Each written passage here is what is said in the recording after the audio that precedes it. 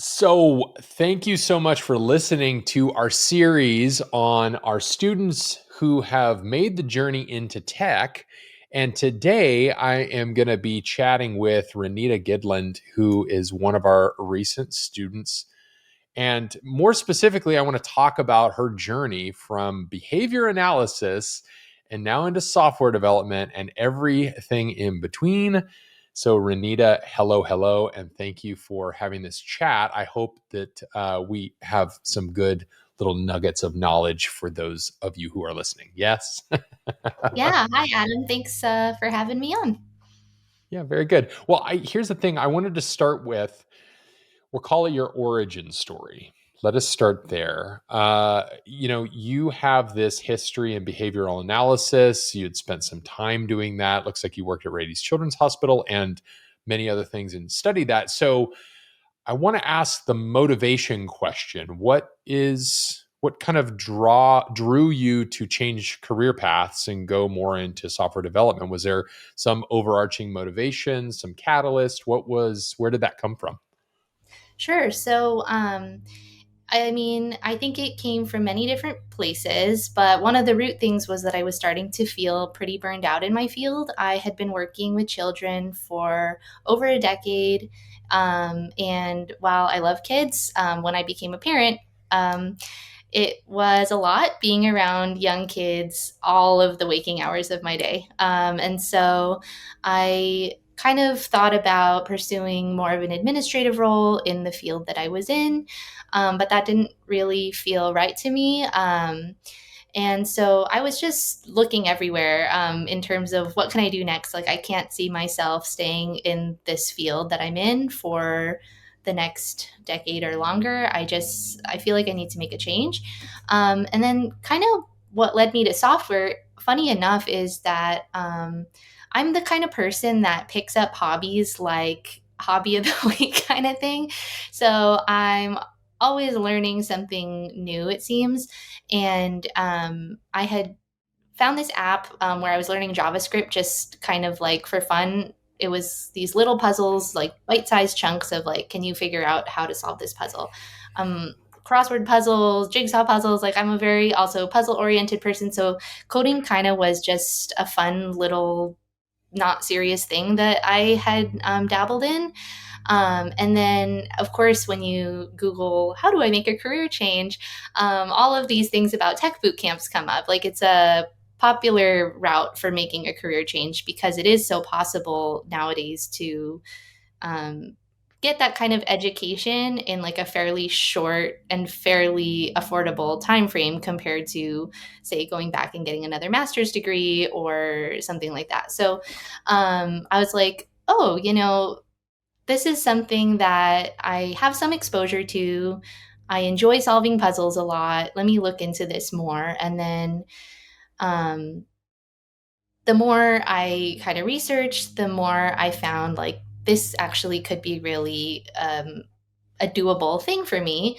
At first, I didn't want to spend money on a boot camp because, like, you can get on Reddit and see all these people saying, you don't need a boot camp. You can just do it yourself.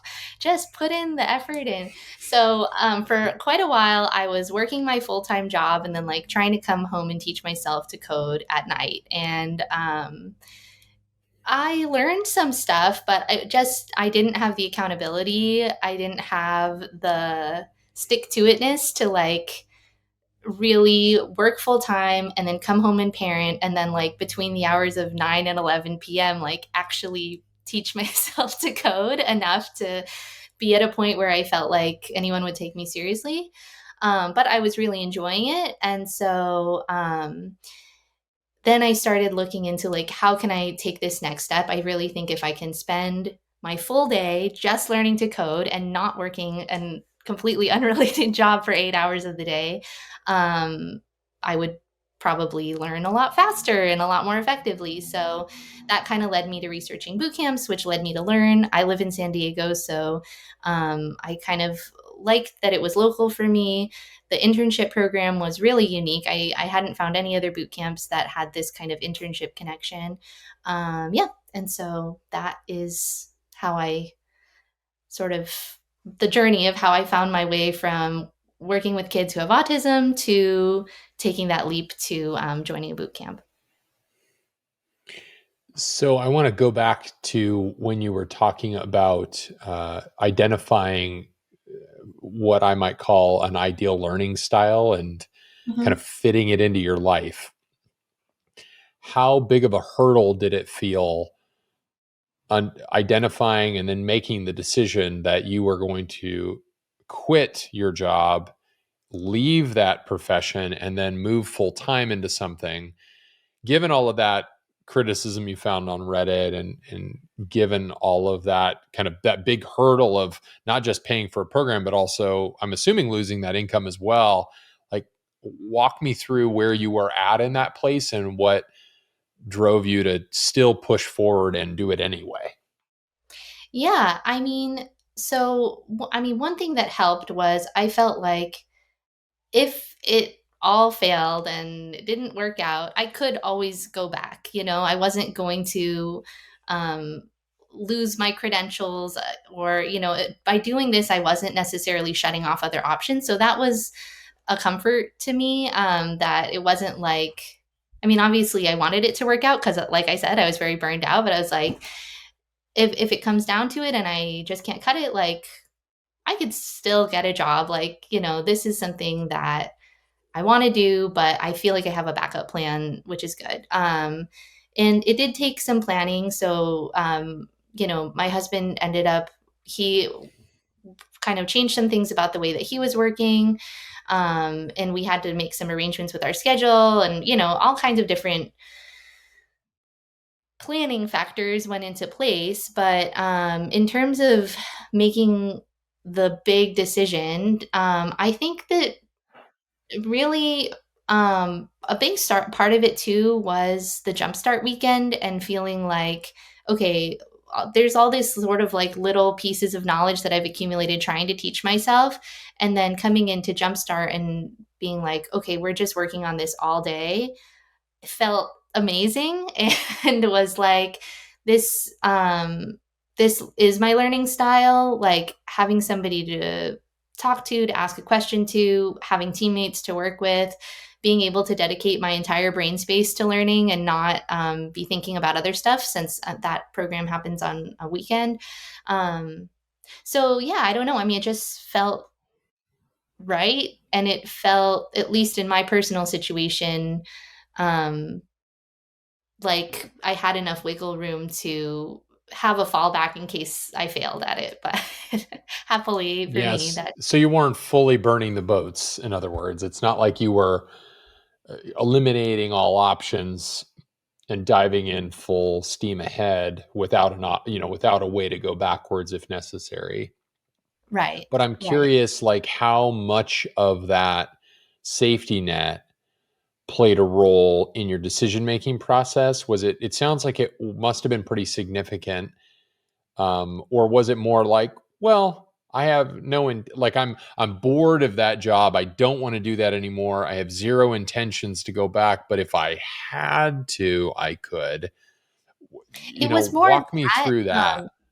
Yeah, so basically, the position that I was in before required this credential, which you need to renew every 2 years. So right before I started my boot camp, I like did everything up. I don't know, the renewal process. Basically, you can put it on hold for 2 years too, and so I like prepped everything as if like, okay, I'm putting it on hold. I can come back to it if needed. So I did put in a fair amount of like forward front loading with planning, and like just want to have all my ducks in a row so that just in case I'm ready. But I'm like a very think of all the possible solutions and have a contingency plan for everything kind of a person. So that was just something I think I needed to do personally to feel comfortable with making that leap forward, is like to have sort of a backup plan. Um, but I do think that once I started the boot camp, it really, like, then I really felt like this is what I want to be doing, and I really don't want to go to my backup plan.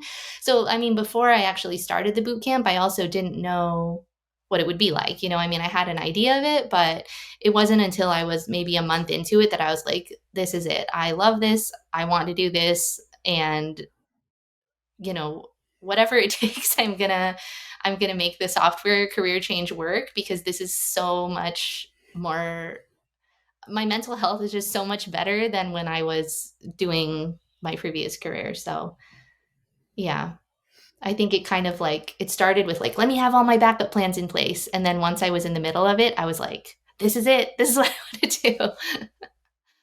Yeah, so it sounds like it just took that initial moment of like, okay, I got the fear, but I believe in it, and now I'm feeling it, and now that I feel it, I am certain of it. Like Mhm. this is my path, my journey, my way. That's yeah, a lot of that is similar for me too. I come from an acting background. And for me, I had a handful of big moments where I was really questioning whether or not that was the pursuit I wanted to have in my own life because of aspects of that profession being really rough and tough and questionable, uncertain. You know, I might not be the person you're literally looking for. I might not fit the visual profile, and that could be the difference maker of me putting enough food on the table or not. And that just scared the crap out of me. Yeah, I So, can imagine. what within this old career path or these other pursuits were you really working to get away from that software development or this role in software is sort of addressing? You talked about mental health there. Were there any other aspects of things that are kind of a driving factor? Yeah, yeah, that's a great question. I was talking a little bit about what some of the things about working in the field of behavior analysis, um, things that I was tired of, and what kind of changed about that in the field of software development. So I think specifically, like working in human behavior and working with young kids and families, there's just a lot of gray area. So, the problems that I used to be solving were things like this kid seems to be having more tantrums or more intense tantrums, and then trying to figure out, okay, like what are all the variables contributing to this? And of course, you can't know everything, like what's going on internally. Are there things happening with the family that we don't know about? And like, how do you really capture the intensity of a tantrum with data? Like, is it the length? Is it the behaviors associated with the tantrum? So, a lot of what I was doing was very analytical and data based, but it just felt very frustrating at times to constantly kind of be working with this very, you know, human behavior is just not something that's black and white.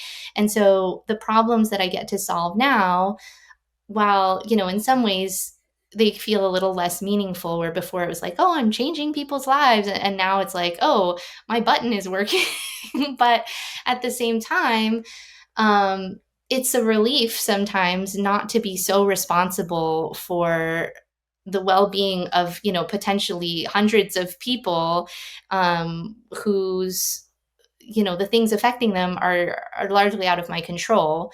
And code felt very like a relief, in the sense that the problem is very black and white. The answer is achievable. Like, the computer is, everything is right or wrong. There's no middle. Of course, there's like, in any given coding problem, there's like a bunch of different solutions to it. And you could get five programmers who all think, no, my way is better. It's more efficient, or it's more this. But ultimately, like, if your code works, it works. Great. And so there was something about that just, after, like I said, working in a really emotionally difficult field for such a long time, it just feels so, I just get that feeling of satisfaction so regularly. Like, I fixed it, I made it, like I'm doing things and they're working. And if something's not working, there's an error log, like it's telling me what the problem actually is.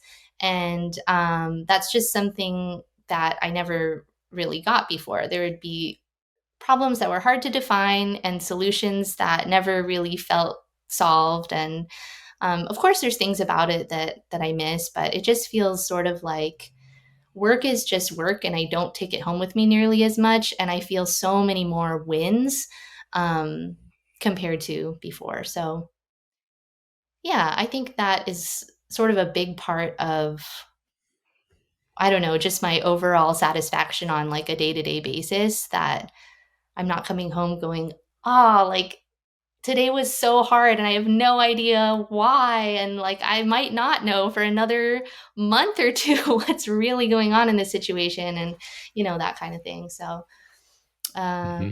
yeah. Did you ever envision yourself in tech? Like earlier on, beforehand, was it something? No. Not really. I mean, I dabbled in like, I think a lot of people in my generation had like a MySpace page where you would learn some cool HTML to make the background color, you know. Oh yeah. So I You were did a a little hacker. bit You were a of, full-fledged hacker. Hacker. yeah, I had my AIM profile that like, now would basically look like a spam pop-up site with like little floating boxes moving around the Uh-huh. screen and stuff. So there was a time when I was young that I had fun doing that kind of thing, but I don't think I ever really saw it as something that I was going to do professionally. It always just sort of seemed like a hobby type of thing.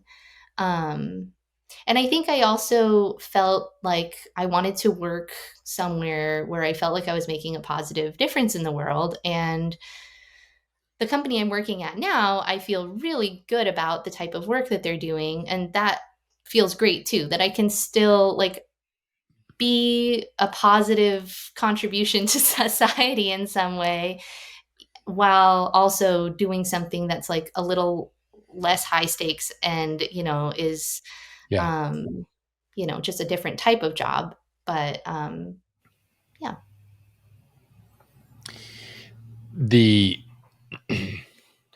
the journey well, I'll take a step back here. The identity of being one thing over another is such an interesting concept for me to think about. For me, I feel like I have had this core identity that's always stayed with me since I was a kid. And then I have this professional identity that comes along with where I work and what I do professionally.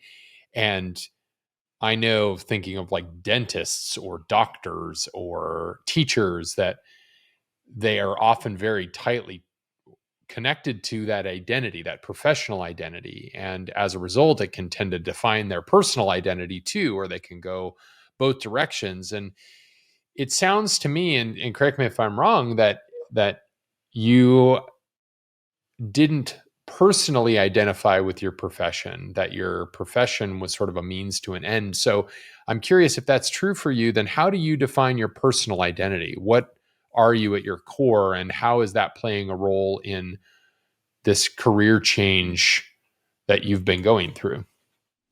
Yeah, that's an interesting way to think about it. I mean, I think that there probably was a time earlier in my previous career where I was really excited about it and I was, I was climbing the ladder and I went from working directly with the kids to being a supervisor and, got this um certification and everything like that. And then yeah, I think it just kind of the enjoyment of that job slowly started going away and I felt less of that like this is who I am is like me the behavior analyst.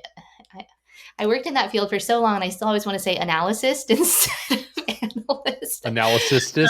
Mm-hmm. Yeah, but I think that the like one of my core things that kind of has carried over between both is that I just love solving problems and like finding that like little aha moment or being the person that people come to when they're like I've got this like little problem that I can't figure out. And so that's something that like I absolutely love all kinds of, puzzles and things like that is kind of what I do in my free time. I actually do competitive jigsaw puzzling and I like do the New York Times crossword every day. And I'm just like a very like, let me figure out this puzzle type of person. So I think that, when I think about myself, being able to apply some of these skills that are like really satisfying and fulfilling to me, but just in a different way. And instead of like trying to solve people, I'm like trying to solve coding things. Um, I still get to retain some of the things that like I really enjoy. And I would say that I think it's been an interesting transition because I used to talk about work a lot more because it's just like things that people could relate to more, where I'd be like, oh my gosh, there was this kid that like made a giant pyramid out of chairs and tables at school, and he was standing on top of them naked and yelling at everybody, and it was crazy. Like that's the kind of story that after a hard day at work you can like talk about it. And when I'm like, I had this error message that I just couldn't make away, it's like not as interesting. So I find myself not talking about work as much and like connecting with people about other things that I have going on in my life. But I mean, and of course it's, I'm still kind of in the honeymoon phase.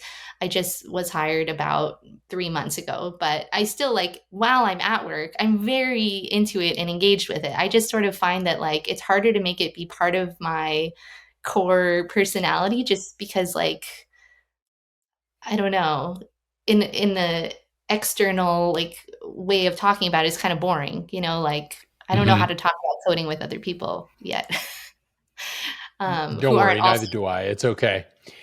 You just get pigeonholed into, oh, so you fix printers, and you're like, yeah, I fix printers, exactly. You make the internet work. Yeah, that's exactly what I do.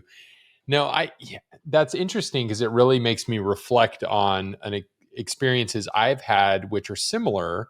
That in a lot of ways, it's helped me be more of who I am at my core, and it really is a means to an end.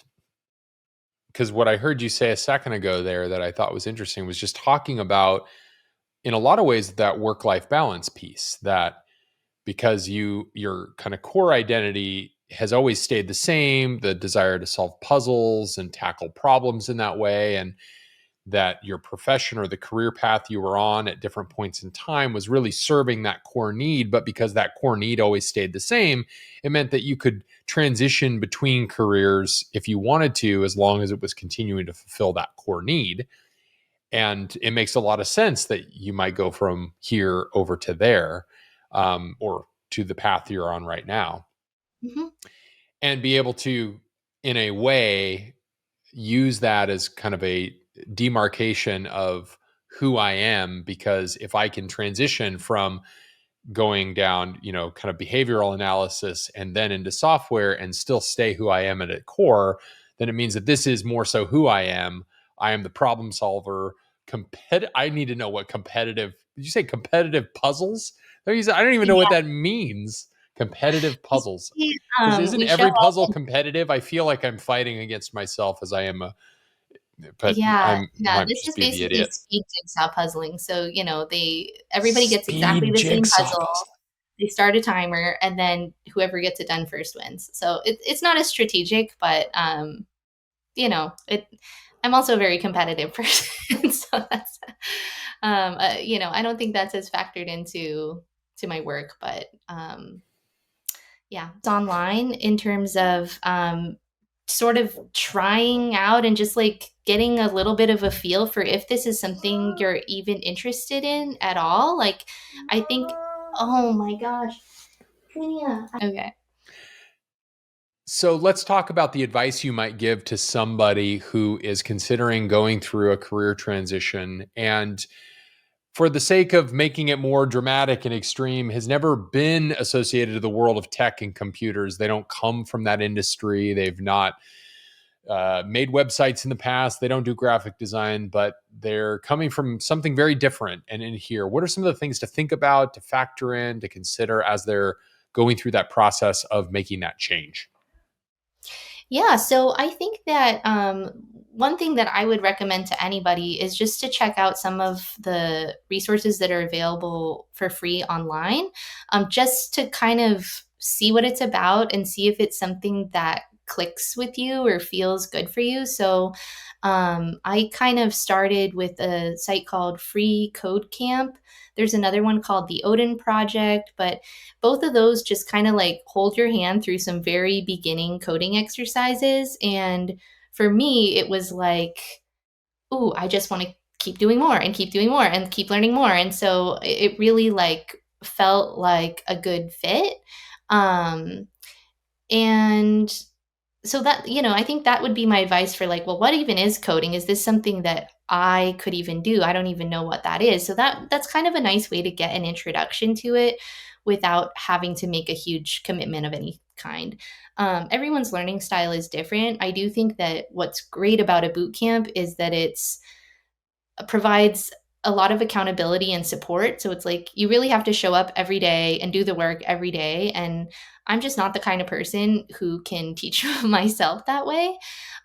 So I will say in my boot camp, I saw people from all different backgrounds and all different, sort of skill levels or previous careers who, ultimately by the end of the boot camp, different people were in different places, of course, but like everybody had learned some core skills. And, I think that it's, I would say that you can't expect to know everything by the end of a 3-month boot camp. I mean, there is a finite number of hours in the day, but if you're willing to make a commitment to it and kind of like put in the work and go a little above and beyond in terms of reading over your notes and studying and like spending some time at the end of the day to practice, and like those are things that I did during the boot camp that I think really helped me as well.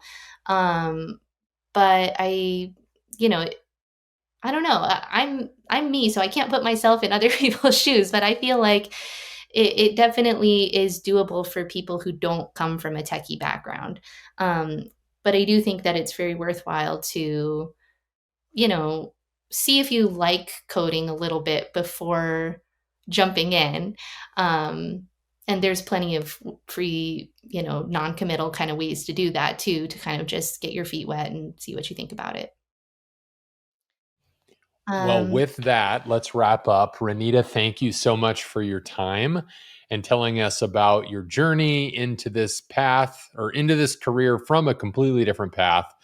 I think the levels of determination and commitment to make that type of change is one that we have to all honor. And I appreciate you for doing it. I think you're going to help make the industry better simply because you can bring all these other skills from this other career into this one, as well as enlighten us with your speed puzzle speeding contesting. all right. Well, Well, thank excellent. Well, thank you again. Thank you very much. And to all of you listening, if you have or are more curious with